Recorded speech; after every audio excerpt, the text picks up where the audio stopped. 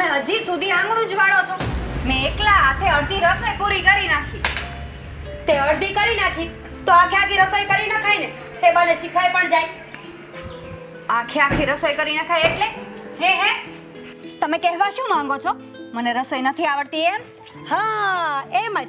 આ તારો ઘરવાળો છે ને હાલતા ને ચાલતા મારા વખાણ કરતો હોય છે કે ભાભી તમારા હાથની રસોઈ એટલે કેવું પડે હો, આંગળા ચાટતા રહી જઈએ. ઓ ભાભી, અમારા ઘરવાળાને છે ને ખોટા વખાણ કરવાની ટેવ પહેલેથી છે. હો ને? શું છે આ? સવારમાં શું કામ બૂમો પાડો છો? અને એ પણ આ બહાર ઊભા રહીને? કાજલ વહુ, એટલી પણ તમને સમજ નથી પડતી? હા, પોતાની જાત શું કામ બતાવો છો? મિહિર, ઓ મિહિર, અહીંયા આવો. શું છે હવે વળી? હા, આવતો જતો. બોલો, શું કામ છે? આ તમારા ભાઈ અને ભાભી સવારમાં મારો દિવસ બગાડે છે. ભાઈ, ભાભી, શું છે આ બધું? તમને લોકોને આ ઘરમાં શાંતિ હોય એ નથી ગમતું? અરે તારી ઘરવાળીને સમજાવ ને. આટલા મોટેથી બૂમો પાડતી હતી કે મારે બહાર આવવું પડ્યું. બસ 100% ભાઈ, હવે બહુ થયું.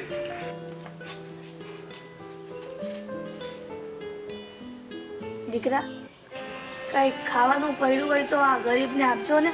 માસી, અત્યારમાં શું ખાવાનું હોય? જા અહીંયા. દીકરા, કઈક સૂકો રોટલો હોય તો આપજે ને. કાલનું કાંઈ નથી ખાધું. કીધું ને એક વખત કે ઘરમાં કઈ ખાવાનું નથી. સમજણ નથી પડતી તમને? રીના, આ કઈ પડ્યું હોય તો આપી દે ને. જા. સારું. કરતો જોઈ છે. ભગવાન તમારા રામ લક્ષ્મણની જોડી સલામત રાખે. શું રામ લક્ષ્મણની જોડી સલામત રાખે? અહીંયા તો રામ જ રાવણ છે, અભિમાનનું પૂતળું. હે, આ બોલવામાં ધ્યાન રાખજે, નહીં તો મારા મોઢામાંથી ગાળ નીકળી જશે. ભગવાન તમારું ભલું કરે. પણ જાતા જાતા એક વાત કહેતી જાઓ. માં સમજીને માની લેજો. આ દુનિયામાં પરિવારથી કોઈ મોટું સુખ નથી. એટલે બધા હળી મળીને રહેજો દીકરાઓ, હળી મળીને રહેજો.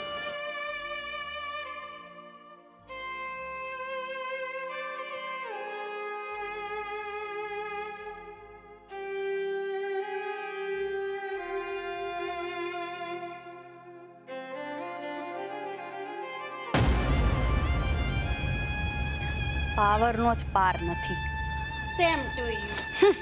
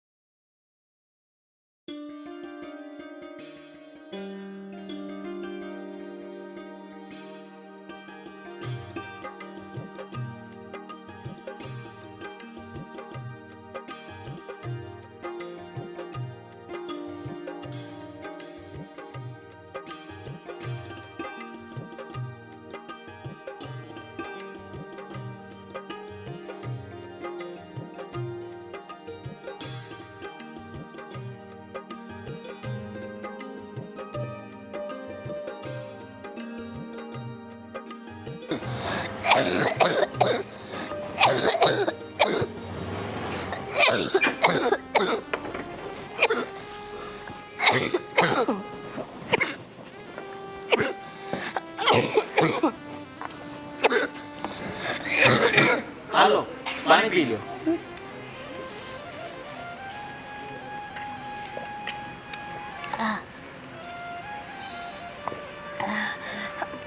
ભગવાન તને સદાય સુખી રાખે દીકરાઓ.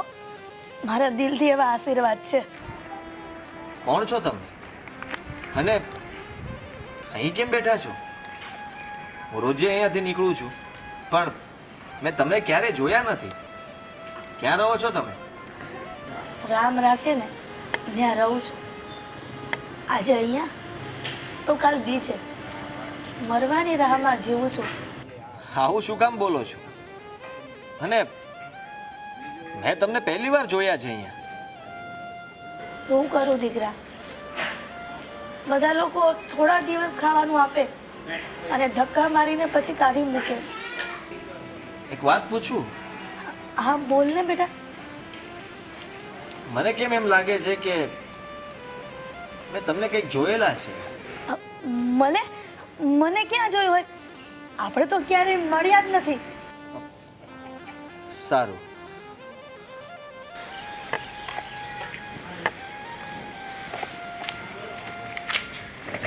વારે ઈશ્વર, એક દીકરો એની જનેતાને ઓળખતો નથી.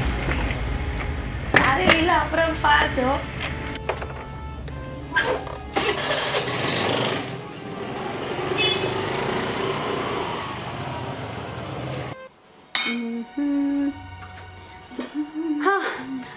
લાગે છે કે વર્ષોમાં જે કામ હું ન કરી શકી ને એ આ પેલી ડોશી 1 મિનિટમાં કરીને નીકળી ગઈ. બોલો, એટલે તમે કહેવા શું માંગો છો? હું કહેવા એ જ માંગુ છું કે હમણાંથી તું ચપડ નથી કરતી. હા, ધીમું ધીમું બોલે છે, મારી સાથે લપ નથી કરતી અને કૂતરાની જેમ ભાવ પણ નથી કરતી ને, તો મને થયું કે તને અક્કલ આવી હશે. હા, અક્કલ તો મને આવી ગઈ હશે, પણ લાગે છે કે તમને અક્કલ નથી આવી, કેમ કે હજુ તમારું આ કૂતરાની જેમ ભાવ કરવું ગયું નથી.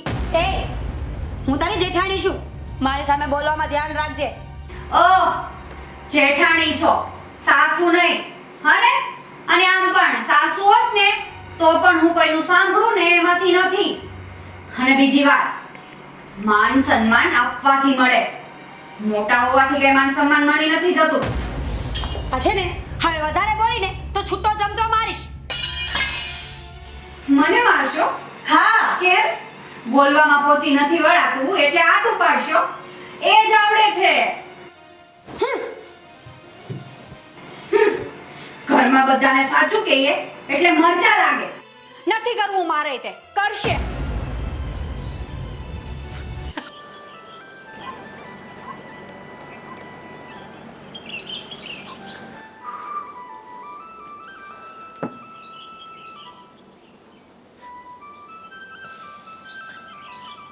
ભાઈ ભાઈ, અરે તમે રડો છો? અરે શું કામ રડો છો ભાઈ? શું થયું? તો ભાઈ બોલો ને, શું કામ રડો છો તમે? મને પણ ખબર નથી, પણ મને આજે બહુ રડવું આવે છે. સાચું કહું તો આ મમ્મી પપ્પાની બહુ યાદ આવે છે. ભાઈ, મને પણ પપ્પાની બહુ જ યાદ આવે છે. અને રહી વાત મમ્મીની, તો એનો તો મેં ચહેરો પણ નથી જોયો. હા હા, મમ્મીનો ચહેરો તો મને પણ યાદ નથી, પણ તને ખબર છે, આ થોડા દિવસ પહેલા આપણા ઘરના દરવાજે પેલી ભિખારણ આવી હતી. હા, સવારમાં આવ્યા હતા એ જ ને? હા, એ રોજે મને મળે છે. હું ક્યારેક એને પૈસા આપું, ક્યારેક ન આપું, પણ એ હંમેશા મારી સામે જોવે છે અને મને આશીર્વાદ આપે છે. હું એને જ્યારે જ્યારે જોઉં છું ને ત્યારે ખબર નહીં મને શું થાય છે, પણ મને એવું લાગે છે કે આ રસ્તા વચ્ચે મારી માં ભીખ માંગી રહી છે. ભાઈ ભાઈ, તમને ખબર છે, હે માજી એ દિવસે આપણને આશીર્વાદ આપતા હતા અને કહેતા હતા કે તમે બંને ભાઈઓ હંમેશા સંપીને રહેજો. ત્યારે એમના આશીર્વાદથી એવું લાગતું હતું કે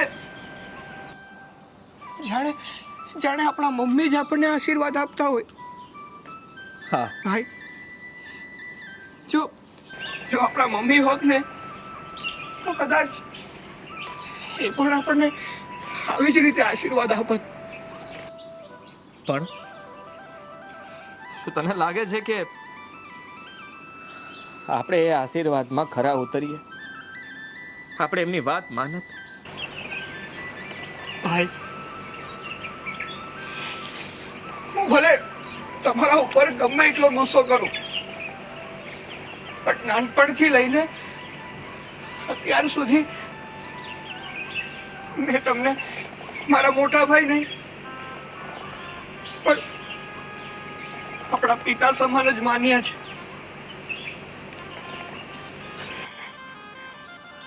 નાનકા, તને યાદ છે હા લગ્ન પહેલા આપણે બંને કેમ રહેતા હતા, કેટલા ખુશ હતા, ક્યારેય આપણે ઝઘડતા નહોતા, બંને એકબીજાની વાત માનતા, સાથે મસ્તી કરતા, સાથે રમતા. અને આ લગ્ન પછી તો બંને બદલાઈ ગયા. તું પણ ને હું પણ આ ઝઘડા સિવાય આપણે બીજું કંઈ જ નથી કરતા. બે ભાઈઓનો પ્રેમ તો ક્યાં જતો રહ્યો ને એ જ ખબર નથી મને. હા ભાઈ, ઘણી વાર તો એવું લાગે છે કે આપણા લગ્ન થયા ને એ જ ખોટું થયું. આના કરતા તો આપણે પહેલા જે હતા ને એ જ વધારે સારું હતું. પણ ભાઈ સાચું કહું ને તો હું તમને પ્રોમિસ આપું છું, તમને પ્રોમિસ આપું છું કે આજ પછી હું તમારી સાથે કોઈ દિવસ ઝઘડો નહીં કરું, કોઈ દિવસ ઝઘડો નહીં કરું ભાઈ, કોઈ દિવસ.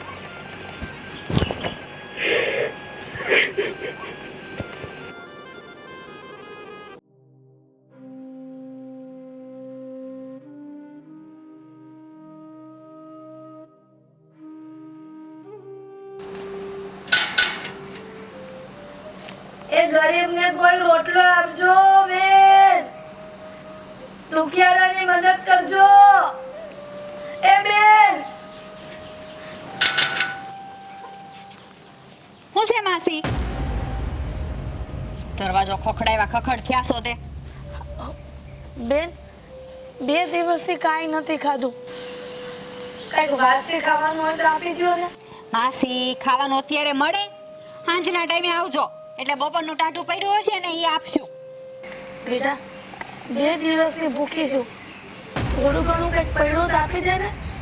તમને એકવાર કીધું એમાં સમજાતું નથી? નથી અત્યારે જાવ અહીંયાથી. બેટા અરે બે દીકરાઓ ક્યાં છે, ક્યાંય દેખાતા નથી. શું કામ છે બેયનું? તમે છે ને તમારી પંચાયત કરો, અમારા ઘરની પંચાયત ન કરો. આવી ગયા તે. એક મિનિટ, ક્યાંક તમે ચોર તો નથી ને? નાના દીકરા ચોર નથી. તને હું ચોર જેવી લાગુ છું? એ તો એ દીકરાઓને જોઉં છું ને તો મને મારા દીકરાઓની યાદ આવી જાય છે. ઓ માસી, ઈ કઈ તમારા દીકરા બીકરા નથી હો, ભિખારીના દીકરા. જાવ અહીંયાથી, જાવ. આવી જ જાય.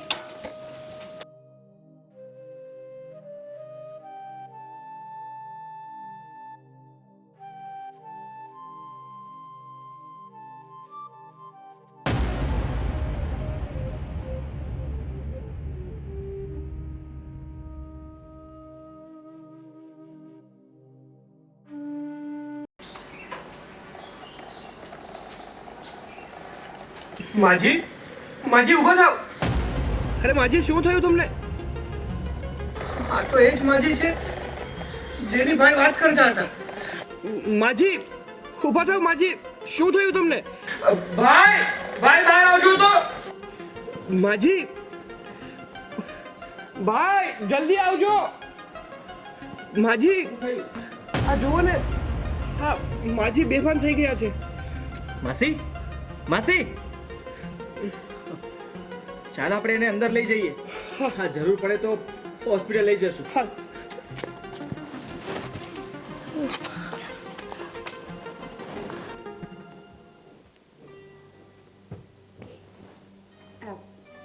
હું તમને શું કહું છું, સાંભળો છો? સાંભળું છું ને, બોલ. હું એમ કહેતી હતી કે આજે સાંજે જમવામાં શું બનાવું? સાંજે જમવામાં હા એક કામ કર ને, ચાઇનીઝ બનાવ. હમણાં કેટલા સમયથી નથી ખાધું તો ખાઈ લઈ આજે. અરે રે, આ ચાઇનીઝ બનવામાં તો બહુ વાર લાગશે. અને સાચું કહું ને તો આ નૂડલ્સ અને સોયા સોસ પણ નથી ઘરમાં. તો હવે તો પછી પાવભાજી બનાવી નાખ ને. હા ના, ઘરમાં શાકભાજી નથી તો પાઉંભાજી કેવી રીતે બનશે? બીજું કોઈ ઓપ્શન આપો ને. ભજીયા બનાવી નાખ. એમ પણ ઠંડુ વાતાવરણ છે કે નહીં, મજા પડી જશે. હા, ભજીયા બના. અહીંયા આવો તો. સબ ભૂલક્કડ છો. 4 દિવસ પહેલા તો બનાવ્યા હતા. ભજીયા બનાવો. તો શું બને એમ છે કે ને? હા તો એમ પૂછો ને, કહું ને. આ ભાખરીનો લોટ બાંધીને મૂકેલો છે. ઘરમાં કાંઈ શાકભાજી નથી ને એટલે શાક નહીં બને. ચા ને ભાખરી ખાઈ લેજો. હા.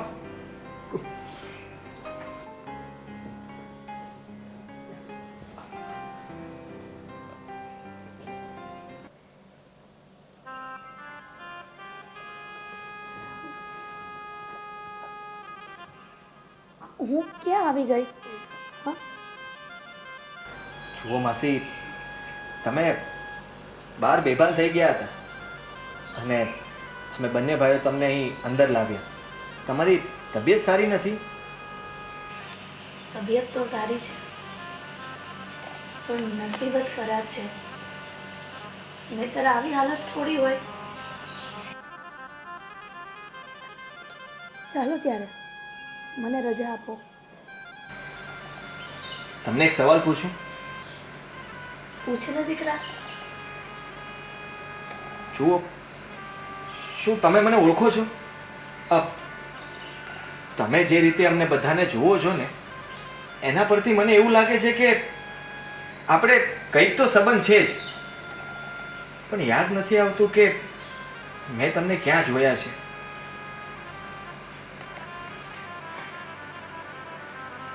માસી, મારો ભાઈ જ્યારે પણ તમને જોવે છે ને ત્યારે દુઃખી થઈ જાય છે. એકલા એકલામાં બિચારા રોવે છે. માસી, તમારો ને અમારો શું સંબંધ છે? જો તમને ખબર હોય તો પ્લીઝ અમને કહો ને. તમે ના કહો તો તમને અમારા સમ છે. દીકરા, આ તે શું કહ્યું? તે સમ કેમ આપ્યા? કારણ કે તમે સાચું નથી બોલતા એટલા માટે. કહો તમે. દીકરાઓ, હું તમારી માં છું.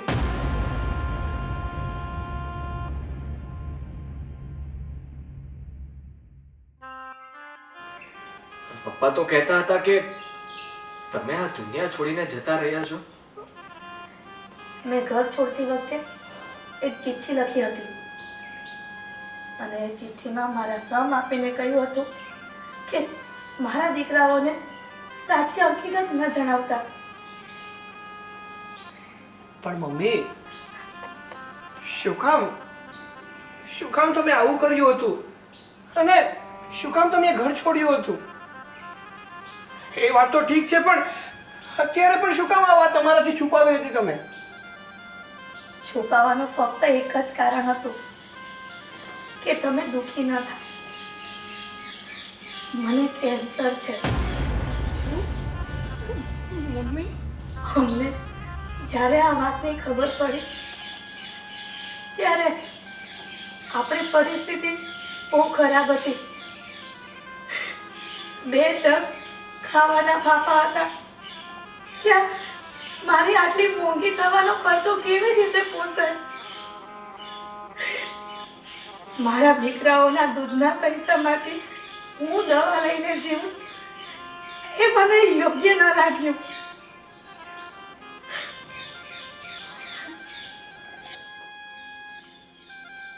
એટલે એક દિવસ હું આ ઘર છોડીને જતી રહી. પણ કિસ્મત તો જુઓ, મોત પણ માંગ્યું ક્યાં મળે છે. મોતની રાહમાં હું તડપતી રહી, ભિખારીની જેમ ભટકતી રહી. પણ મારા પહેલા તો તમારા પપ્પા આ દુનિયા છોડીને ચાલ્યા ગયા.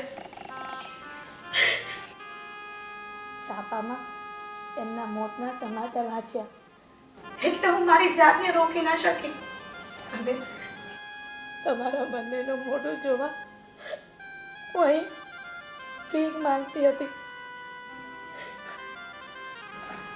મમ્મી, ત્યારે પૈસાની તંગી હતી ને, પછી તો સારું થઈ ગયું હતું. તો પણ તમે પાછા કેમ ના આવ્યા?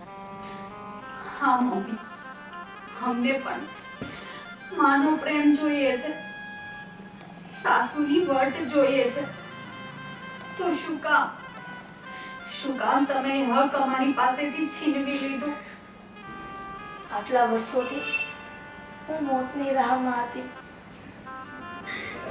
હું કેટલું જીવું એની ખબર નથી, પણ હું રોહિત અને મિહિરને દુઃખી જોવા નહોતી માંગતી. એટલે તો હું અહીં ભીખ માંગવા આવતી હતી. બધાને દૂરથી જોઈને ખુશ થતી હતી. તમે અમને બધાને દુઃખી કર્યા છે, અમારી સાથે અન્યાય કર્યો છે. જતી માએ અમને અનાથ કરી દીધા. આવું તો કોણ કરે? હું તમારાથી નારાજ છું તમારાથી. ના દીકરા, એમ નારાજ નતા. હવે હું તમને છોડીને ક્યાંય નહીં જાઉં, અહીંયા જ રહીશ. હા, તમને છોડીને ક્યાંય નહીં જાઉં. મને માફ કરી દેજો.